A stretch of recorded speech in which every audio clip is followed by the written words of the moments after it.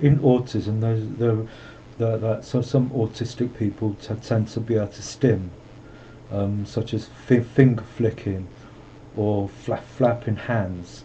This can occur or in both extremes of the autistic spectrum. In the very more often it's seen in the very lowest end of the autistic spectrum and the very highest end of the autistic spectrum.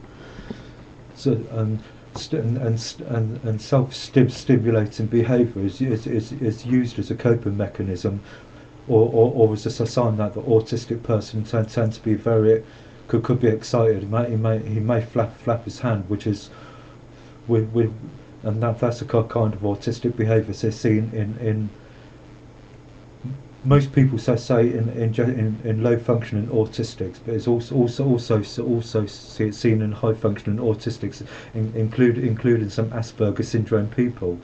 Um, but the usual stim in Asperger syndrome people may not be on how they stim. It could be on how they sort of position their hands in sort of. So some people would say, or I've actually read that a lot of Asperger syndrome have their hands held at chest high, but if stimming or habits of that nature can turn from variously from different people on the autistic spectrum. This is a lot of these stims are actually used as a coping mechanism, especially when things can get stressful. It helps an autistic person to calm down if he or she stims, and therefore it is a fully appropriate behaviour for an autistic person it's a perfectly appropriate behaviour for an autistic person or an Asperger syndrome, but not necessarily for the neurotypical. But most people often would see this as pathological. Is because they're seeing it from a neurotypical point of view, and neurotypicals have. But even neurotypicals have their own stims, but at certain times. For example, only at specific times, such as raves and discos and that. But autistic people tend to do it for calming, as a means to calm down, mainly, or to avoid sensory overload. And there's another thing. One autistic person may low functioning autistic children may self harm or beat their head or poke their eyes or whatever. It's because they were suffer from extreme sensory overload.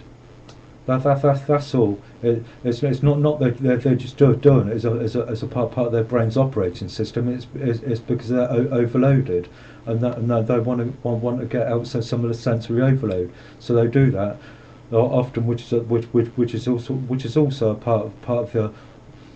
also a part of a meltdown, and anyone can do that. You don't. It's not just seen in low functioning autistics. It's also seen quite across the autistic spectrum, but not so common in those in the middle. So it's just mainly those in the extreme tend to stim. With stimming, with it helps an autistic person feel calm and in thinking as well, or in thinking about things that he's trying to think of something, such as when he's learning something, he may stim, oh, what's that, and then it comes to him afterwards. That's quite common with it. That's quite common with autistic people.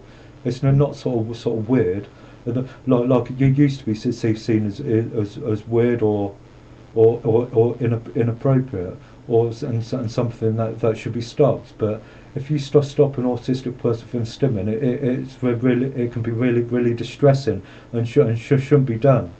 because that just shows a complete ignorance as far as autistic people are concerned, because it's not or it's not the autistic person that's fault that he stims. It may be the person who's causing sensory overload. That's what causes a person to stim. And he's trying to offload that, but otherwise it could progress to full meltdown, which shows, which is very much like a tantrum. And yeah, I might have to just describe a meltdown is really completely overloaded, when a person completely looks like they're losing their temper. They're sort of self-harming, smashing things about, because they're just so overloaded, because I've had too much too much sensory input. Loud noises can cause loud high-pitched noises can cause meltdowns.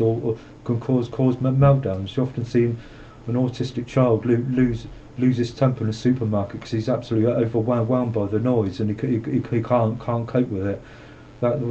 And in terms of that, or crowded town centres is another area where autistic people will stim, and often people stare because they don't understand, or perhaps, yeah. But if a person can understand what it's like to be an autistic child, then I can understand why the person stims.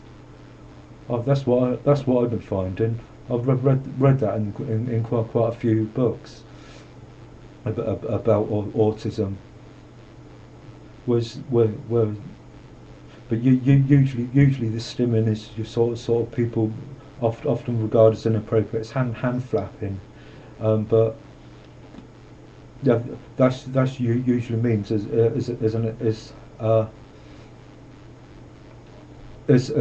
a form of body language for being excited or happy about something, or even content. That's what I find. Yeah, but that